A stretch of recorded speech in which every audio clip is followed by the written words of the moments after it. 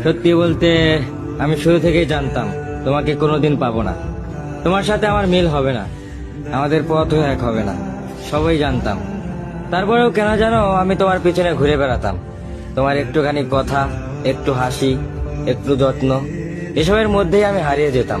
মানুষ ভাবে আমি তোমার প্রেমে পড়েছি, কিন্তু না, প্রেমে পড়লে ভুলে যাওয়া সহজ হতো। আমি তো তোমার প্রেমে নয়, তোমার মায়ায় পড়েছিলাম। তোমার সেই নরম ব্যবহার, হালকা রাগ, অযথা হাসি আর হৃদয়ের ভিতরে লুকানো যত্ন, এই সব কিছু মিলিয়ে তুমি একটা অদ্ভুত মায়ার মানুষ ছিলে। তোমাকে পাবো না এটা জানার পরও কেন যেন তোমার জন্য অপেক্ষা করতাম। তুমি রিপ্লাও দাও কিনা, একটা দেখা পাই কিনা, এই ছোট জিনিসগুলোই আমার কাছে বড় হয়ে উঠেছিল।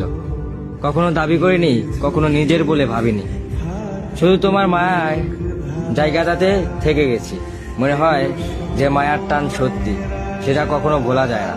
আজও তাই বলতে ইচ্ছে করে, তুমি হয়তো আমার জীবনে আসার মানুষ ছিলে না, কিন্তু তোমার মায়ায় পড়ে আমি অনেক কিছু শিখেছি, অনেকটা বদলেছি, অনেকটা হারিয়েছিও। তবুও আফসোস নেই, কারণ তোমার একটু মায়াও আমার কাছে পুরো পৃথিবীর মতো ছিল।